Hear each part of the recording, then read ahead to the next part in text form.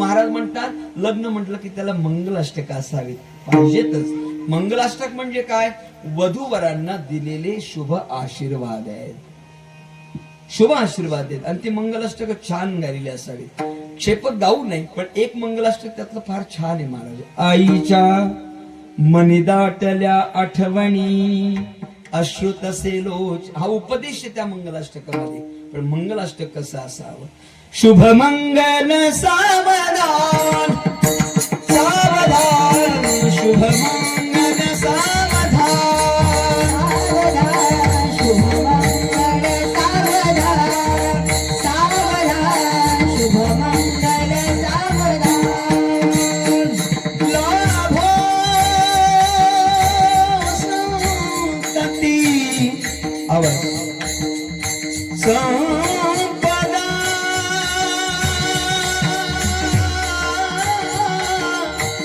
बहु तुम्हा.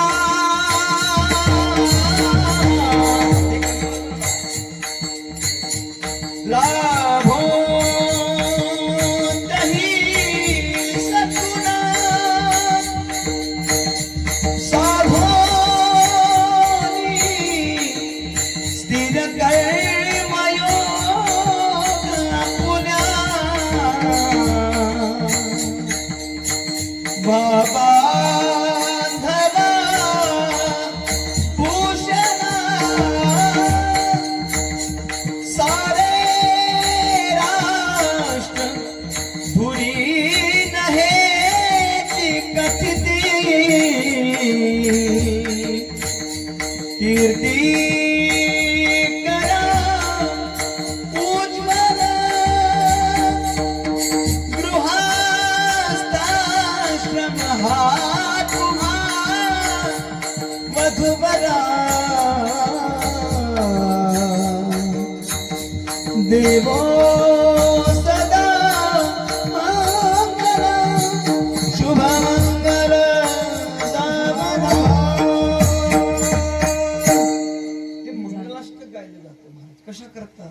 त्याच्यामध्ये त्या वधूवरांना आशीर्वाद दिलाय. लाभो संतती संपदा बहु तुम्हा. तुम्ही आता ग्रस्त आश्रमामध्ये पदार्पण केलाय आणि ग्रस्त आश्रम सुखरूप होण्याकरता, आनंददेय होण्याकरता काय लागतं? योग्य वयानंतर लग्न झालं, लग्न झाल्यानंतर काही वर्षानंतर संततियुग झाला की तो आनंदाचा द्योतक आहे.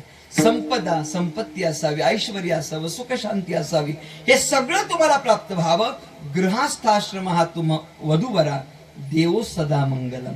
हा जो गृहाश्रम तुम्ही स्वीकारलाय ना, तो तुम्हाला मंगलकारक व्हावा, त्याकरता मंगलाष्टक असावी. काळामध्ये मी परमार्थ करत होतो, गावातले लोक काय मला भीक घालतील, कारण पाटीलच खोपला ना. कारण त्या काळात पाटील ही जी पदवी होती, हा जो अधिकार होता ना, त्याला फार किंमत होती त्या काळात. आता नाही असं नाही, ठराविक लोकांनी ती जपली, काही लोकांना ती जपता आली नाही. हो, आपण देशस्थ भागावर जर गेलात तर तुमच्या लक्षात येईल, देशस्थ भागावर सरपंच, पोलीस पाटील या पदांना फार किंमत आहे महाराज. हा, एखादा सरपंच आला तर आपल्याकडच्या आमदारांसारखा तो सरपंच येतो, रुबाबात अगदी. हो, आणि तो रुबाब त्यांनी जपला. आपला टोपशीने दारू पितो आपल्याकडचा सरपंच, हा गावठी पितो टोपशीने. मी पाहिलाय, मी पाहिल्या डोळ्याने म्हणून बोलते. हा, हळदीच्या मांडवात हाच सांगतो. याने सांगितलं पाहिजे हळदी कशा, हाच म्हणतो दारू ठेवली पाहिजे, दारू शिवाय मजा नाही. हाच टोपशीने दारू पितोय आणि याच्यात आपण ग्रामपंचायत दिली, वाटवणं लागेल का तो? दारू पिता तो गावातील लोक मुलं व्यसनी करील का व्यसनापासून मुक्त करील? हा, याला तर कसं वागायचं याची अक्कल याला नसेल. अरे 5 गावांचं प्रमुख पद तुझ्याकडे दिले राजा.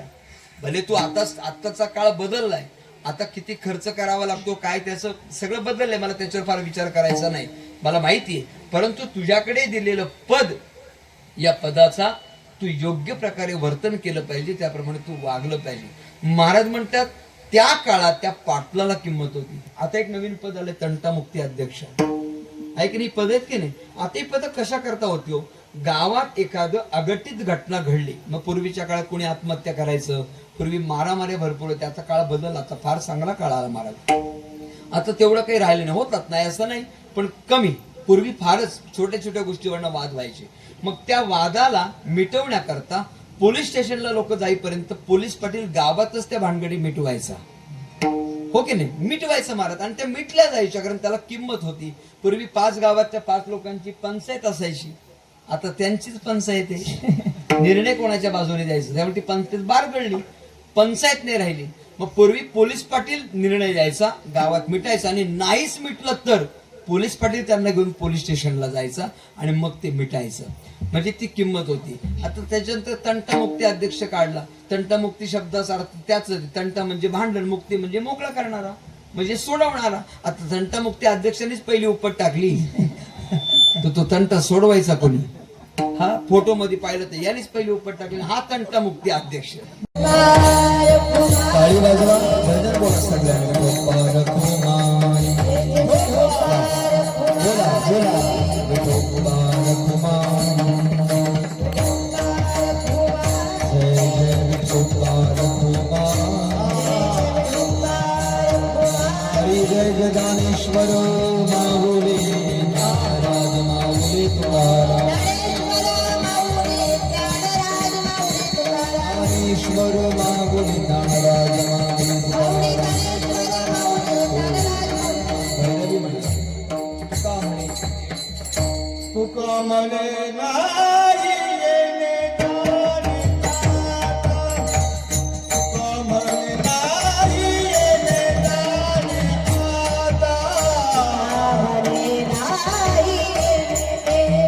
आता. तुका म्हणे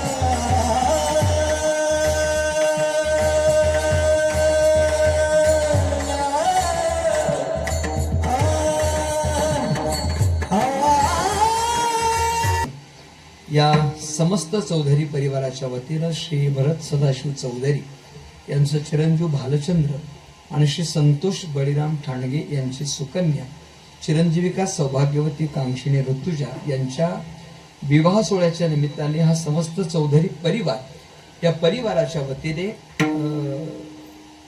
भूषण यांनी मला फोनद्वारा संपर्क केला.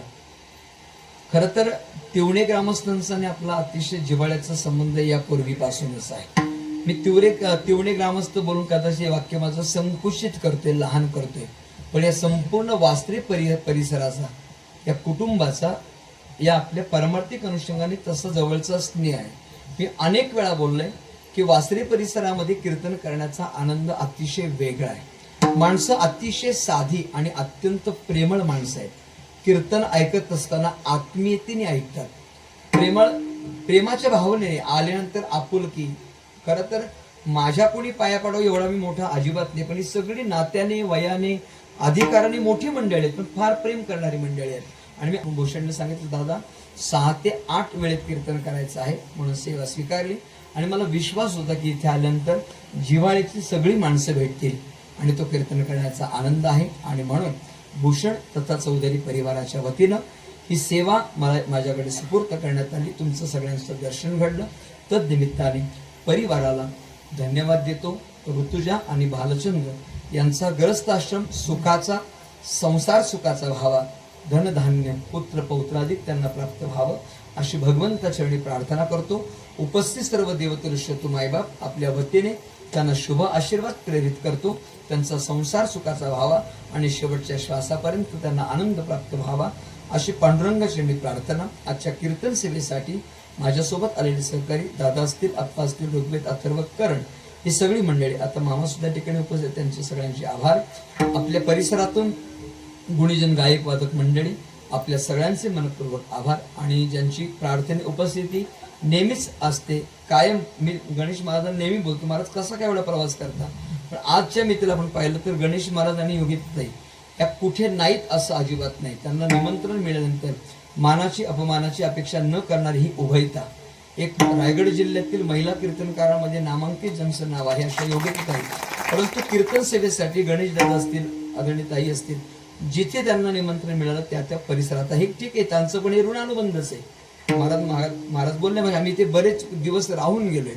आता मला माहिती, माझ्यापेक्षा त्यांचा अधिक नातं आहे, परंतु अनेक ठिकाणी या दोघांचं जाणं असतं. असे आदरणीय महाराज आणि गणेश दादा आपण या ठिकाणी उपस्थित झालात त्याबद्दल आपल्या सगळ्यांचे मनपूर्वक आभार. आणि जय विठ्ठल जय जय विठ्ठल.